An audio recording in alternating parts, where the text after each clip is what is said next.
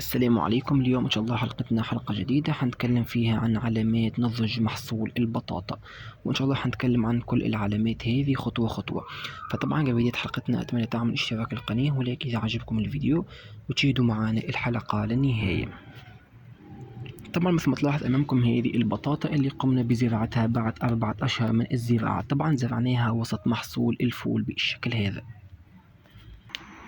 وطبعا هذا كل ما تبقى من سيقان البطاطا. فطبعا في ناس لما تزرع البطاطا ما بتعرفش علامات نضج محصول البطاطا، ولما تقوم بإزالتها تتفاجئ انه البطاطا ما زالت صغيرة. فإن شاء الله احنا حنتكلم عن العلامات اللي لازم تلاقيها على البطاطا حتى تعرف انه نبات البطاطا صار جاهز للحصاد وممكن انك تقوم بحصاد البطاطا. طبعا أول نقطة وأول حاجة لازم تتأكد إنه البطاطا هذه مزروعة على الأقل أكثر من 3 أشهر. يعني لما النبات يعدي 4 أشهر فالنبات أول حاجة حيبدأ في الإنتاج وممكن طبعا تقوم بحصاده. طبعا ثاني نقطة معانا هي جفاف الأوراق. طبعا حتلاقي اصفرار على مستوى الأوراق، فبالتالي النبات صار جاهز للحصاد. يعني حتلاقي ذبول بالشكل هذا على كامل الأوراق.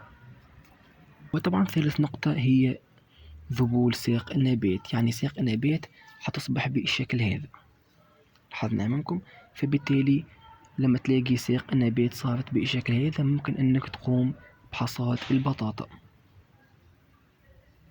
لاحظنا أمامكم.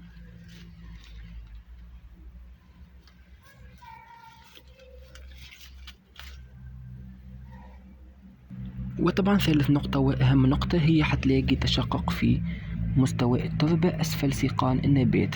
طبعا أهم حاجة حتتأكد إنه النبات صار جاهز للحصاد حتلاقي تشقق في التربة على مستوى سيقان النبات. فبالتالي لما تلاقي تشقق التربة فبالتالي النبات بدأ ينتج وبالتالي صار جاهز للحصاد.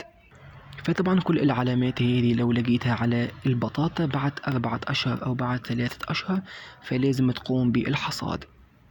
ولكن احنا ان شاء الله حنستنى سيقان البطاطا هذه لغاية ما تذبل وبعدها ان شاء الله هنقوم بالحصاد. فقط هذه كانت علامات نضج محصول البطاطا. اتمنى في نهاية الحلقة تكون عجبتكم. لو عندكم اي سؤال اتمنى تكتبوا اسفل التعليقات، وان شاء الله ملتقانا في الحلقات المقبلة. وشكرا والسلام عليكم ورحمة الله تعالى وبركاته.